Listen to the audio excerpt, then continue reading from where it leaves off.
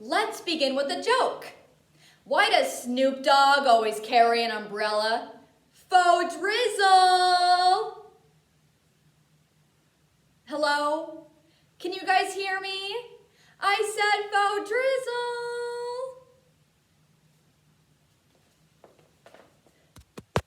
Is the Wi-Fi working? Yes? No? Yes. Okay, I see it's on. So you guys just didn't think that was funny? Oh God, this is so embarrassing.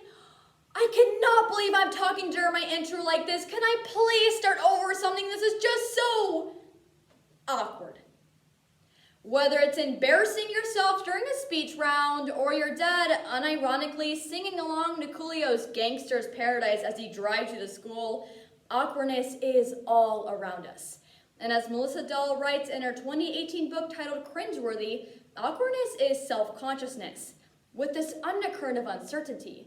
And while our awkward angst are certainly moments we wish we could forget, being awkward is part of being human. And as sociologist Dr. Jana Breeder writes on November 19, 2019, that while awkwardness can make us want to jump into a black hole, it can also be a powerful tool for our survival and success.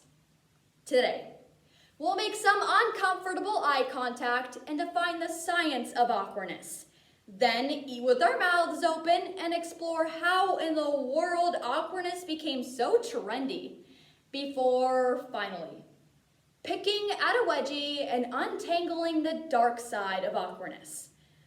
To start off my point about the science of awkwardness, I would tell a chemistry joke, but it would just be way too awkward if there was no reaction. Okay, if you guys didn't find that funny, it is going to be a long 10 minutes. According to the famous Darwinian theory, the world is survival of the fittest, baby. Our best self-defense mechanism to make sure we get that sweet, sweet life is our fight or flight response, the psychological reaction triggered by danger. As Dr. Tadashiro writes in his 2018 book titled Awkward situations are strangely accompanied by those same strong psychological reactions. So being chased by a hungry lion triggers the same response as farting in the middle of silent reading time. As I always say, the only thing worse than silent but deadly is loud but trifling. However, the big difference is that awkward feelings occur in response to small deviations from social expectations rather than actual danger. Researchers at the University of Maryland hypothesized in a September 2019 report that social norms like shaking hands when you meet someone or dressing appropriately at certain events were used as ways for us to discern who belonged to our group from dangerous outsiders. So being able to recognize awkward people may have literally been a lifesaver. In more modern times, scientists are understanding our awkward occurrences better through an unexpected source: artificial intelligence. AI will often speak over others or provide responses that just don't compute. However, scientists are trying to augment AI's awkwardness the same way we do humans, by rewarding normal behavior and ostracizing embarrassing interactions. Even more horrifying, Scientific American of April 13, 2020 explains that with strides being made in artificial intelligence, their awkwardness will become indiscernible by the end of the decade. Meaning, it may not be long till we see Robo Rico Suave.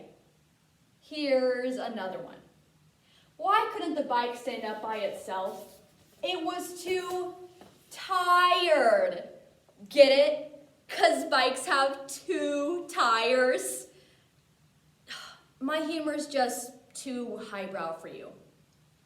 Understanding awkwardness isn't just reserved for researchers and computer programmers. Awkwardness has curiously come into vogue. As Vogue magazine of May 25th, 2020 points out, we are currently in a golden age of awkward. Fashion choices that may have once gotten you stuffed in a locker are now strutting down the runway. Thick-rimmed glasses, high-waisted jeans, and oversized cardigans are all the rage. Furthermore, shows like The Big Bang Theory and The Office have gathered huge popularity because uncouth characters like Dwight Schrute and Sheldon Cooper are loved by everybody. Embarrassment expert Rowland Miller explains that the schadenfreude feeling we get from watching these characters, known as vicarious embarrassment, is akin to watching a slasher scene in a horror fic. We're just relieved it's not us. However, this phenomenon isn't just relegated to fictional characters. Meet Florence Foster Jenkins, someone who we could very well call the epitome of cringe comedy. NPR on August 10, 2019 explains that she was the self-proclaimed greatest soprano to ever live, and according to everybody else, she sucked. But after so famously misjudging her singing abilities, how come she continued to sell out her performances again and again? Stephen Pyle, author of the Book of Historic Failure, states that no one, before or since, had succeeded in liberating themselves so completely from the shackles of societal expectations. But over all of that noise, we have to ask, were we laughing with her or at her? And this is where the paradox arises.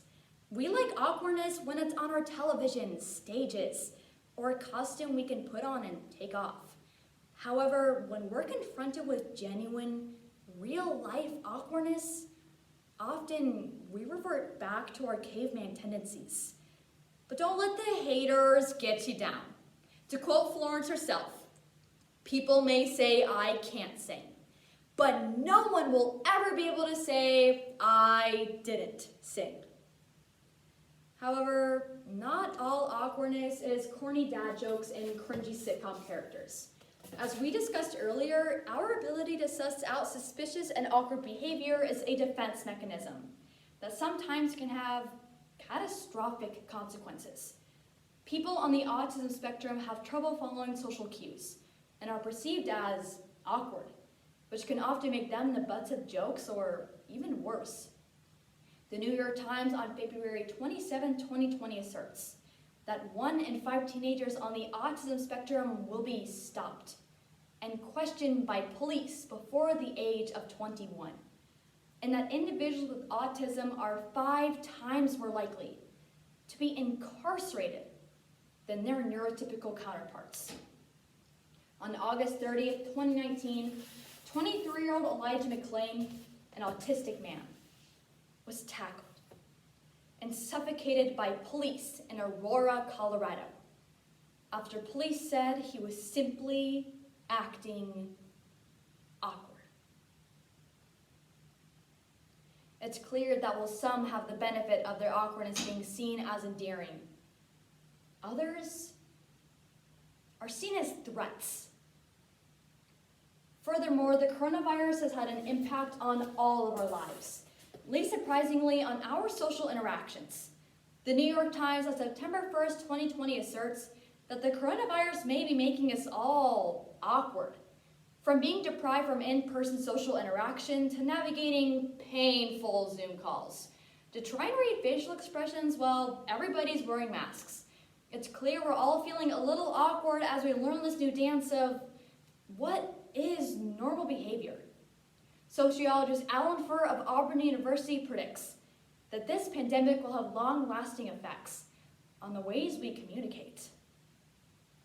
So that was my speech. Oh gosh, I knew I should have wrote some sort of conclusion for this. This is so cringy. What do I need? 3-point review. Today we found the science of awkwardness. Then we discovered why awkwardness is so gosh darn trendy. Before, finally, understanding the dark side of awkwardness. And despite all we've been through today, I hope I didn't make you feel too awkward.